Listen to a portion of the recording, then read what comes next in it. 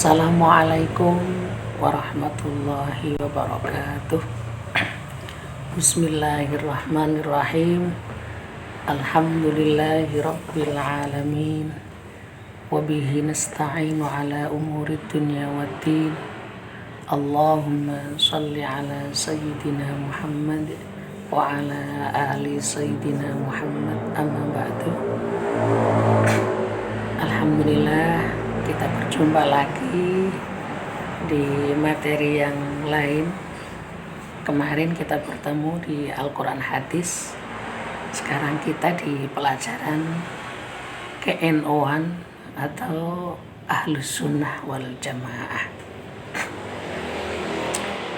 Di awal pertemuan kita ini, di bab 1, kita akan mempelajari materi tentang mengenal NO atau Nahdlatul Ulama dan Aswaja atau Ahlus Sunnah wal Jamaah.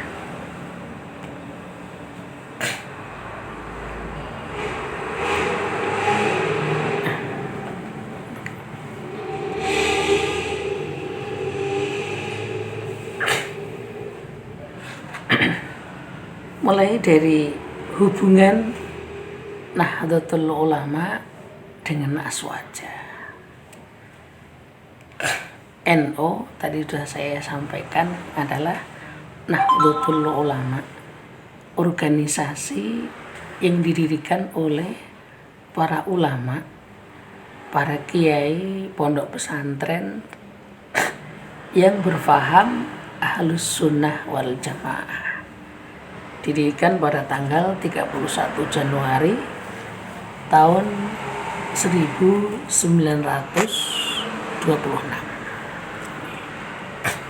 Sekarang apa hubungan antara NO dengan Ahlus Sunnah wal Jamaah? Jawabnya adalah hubungannya sangat erat sekali. Sebab di dalam NO terdapat pengajaran Aswaja seperti diajarkan ulama yang beraliran Aswaja.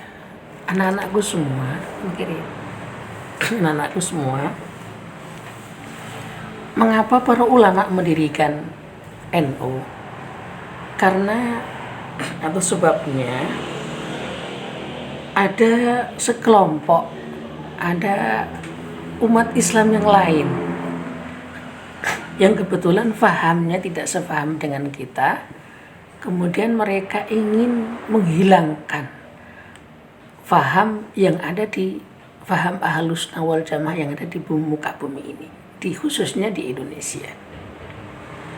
Maka hubungan erat sekali, sebab NO didirikan merupakan usaha untuk mempertahankan, melestarikan, memajukan faham Ahlus Sunnah wal Jamaah yang dibimbing oleh para ulama penganut faham Aswaja tadi.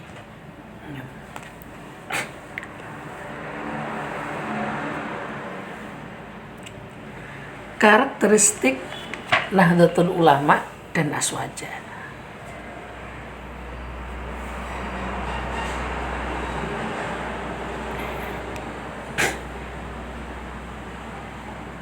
Karakteristik Nahdlatul Ulama, karakter atau watak ya. Nahdlatul Ulama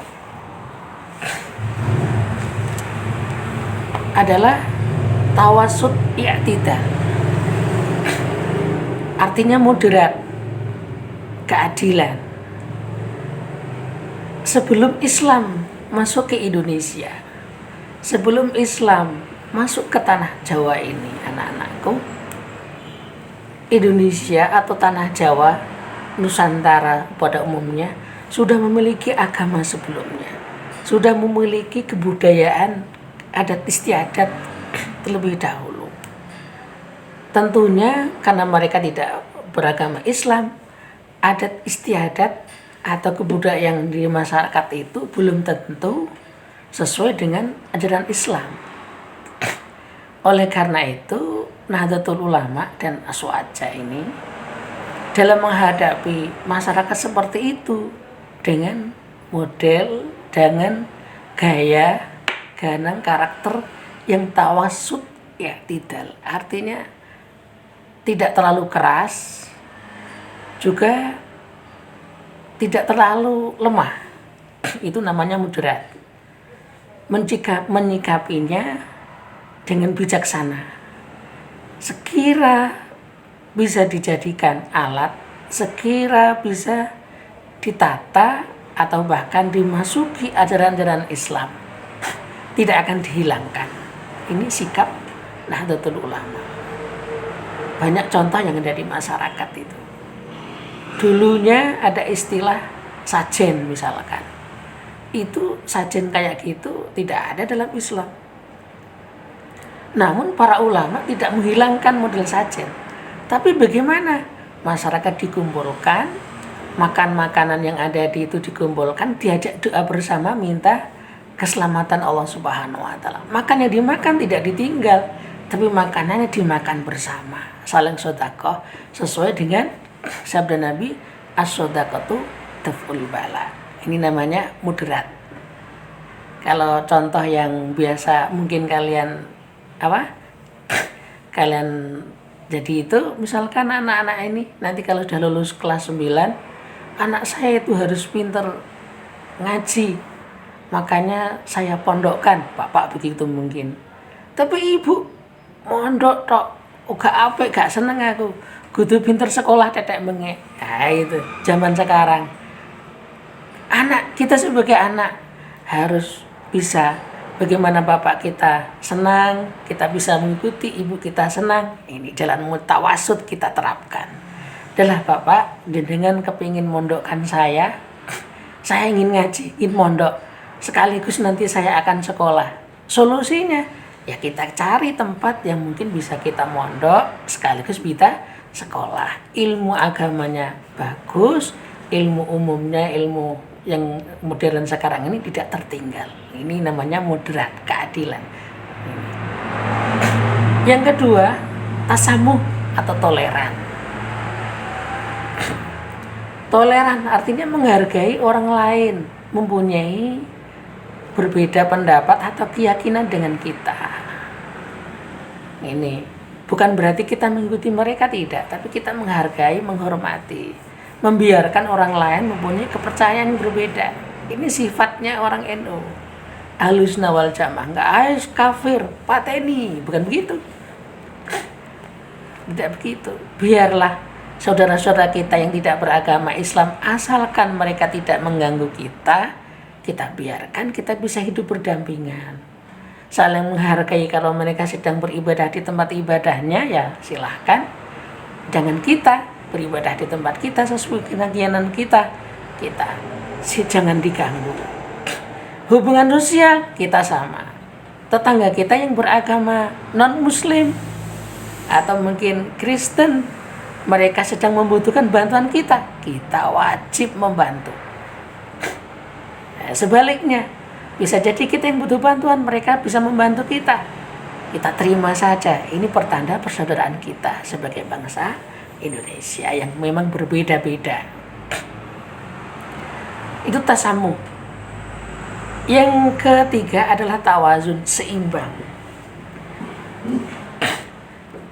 Seimbang artinya tidak memberatkan salah satu. Itu namanya seimbang. Pemikirannya kita lihat jangan sampai ada salah satu pihak dirugikan. Berusaha sekuat mungkin pemikiran dalam kita bermasyarakat ini seimbang. Berusaha ini jangan sampai ada yang terganggu dan kita tidak terganggu. Kalau kita mengikuti kegiatan di masyarakat, asalkan tidak tidak melanggar syariat kita bisa mengikuti. Begitu juga dengan sebaliknya. Ini tawazun, seimbang. Apapun tanpa seimbang, akhirnya pasti yang terjadi tidak keadilan. Pasti akan terjadi tidak keadilan gitu. Yang keempat, amar ma'ruf nahi mungkar. Apa itu amar ma'ruf nahi mungkar? Selalu mengajak kebaikan dan mencegah kejelekan atau kemungkaran. Ini kita mengajak kebaikan kepada orang lain. Ayo do belajar agama. Ayo kita ngaji. Masa anak MTS nggak tahu huruf A? Alif, ba, ta, abjadun, abjad gitu. Kita ajak. Kalau ada teman kita atau siapapun yang melakukan kemungkaran, sesuatu yang tidak sesuai dengan agama, kita cegah. Gitu. Namun perlu diingat anak-anak, kita mengajak kebaikan. Kita harus tahu betul situasinya. Siapa yang kita ajak? Pasti kita mengajak orang tua, mengajak adik kita, mengajak itu pasti beda.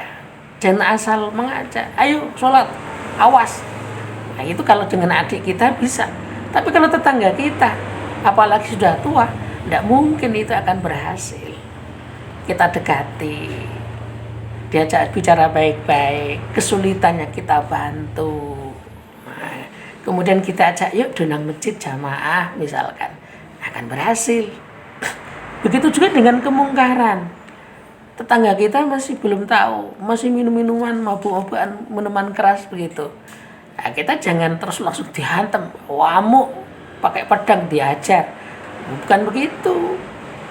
Kita lihat situasinya. Kalau memang masih bisa diajak dengan ngomong baik-baik, kita ajak ngomong dengan baik-baik. Kalau mereka mengganggu kita, kalau memang kita harus bersikap tegas dan keras, ya baru kita hadapi dengan tegas dan keras. Ini namanya amar ma'ruf nahi mungkar, tapi harus dengan tata krama. Yang ini kita gabungkan dalam beramar ma'ruf nahi mungkar, kita mempertimbangkan tawasud, tawazun, tasamuh. Ini saling berkaitan.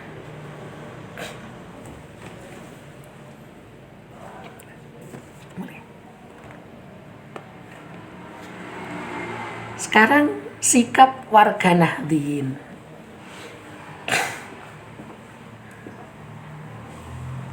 Ini kita sebagai warga Nahdliyin, Nahdliyin itu artinya warga Nahdlatul Ulama.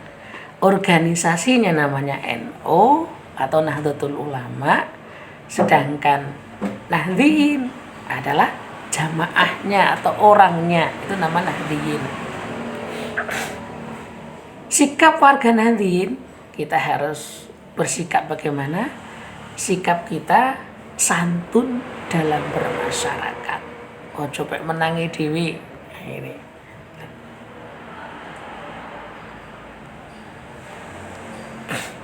Santun dalam menghadapi perbedaan. Kalau kita paham tadi, yang pokoknya karakteristiknya tawazun, tawasud, tasamuh atau toleran, tidak memaksakan kehendak. Ini akan santun dalam menghadapi perbedaan. Tapi kita jangan larut pada mereka. Kita ikuti, kita santun menyampaikan sesuatu. Apalagi kita orang Jawa, kalau dengan orang tua kita bahasa yang halus, tata kromanya yang inggil. Dengan teman kita pakai bahasa yang akrab, ngoko, tidak apa-apa. Kemudian ini sekaligus santun kita harus bisa. Kemudian selanjutnya santun dalam mengamalkan ritual kegiatan keagamaan. Ini santun ritual, kita banyak kegiatan-kegiatan di masyarakat yang sering kita lakukan, yaitu ada tahlilan, ada jamaah yasinan, atau mungkin yang lain manakiban, semua kita amalkan.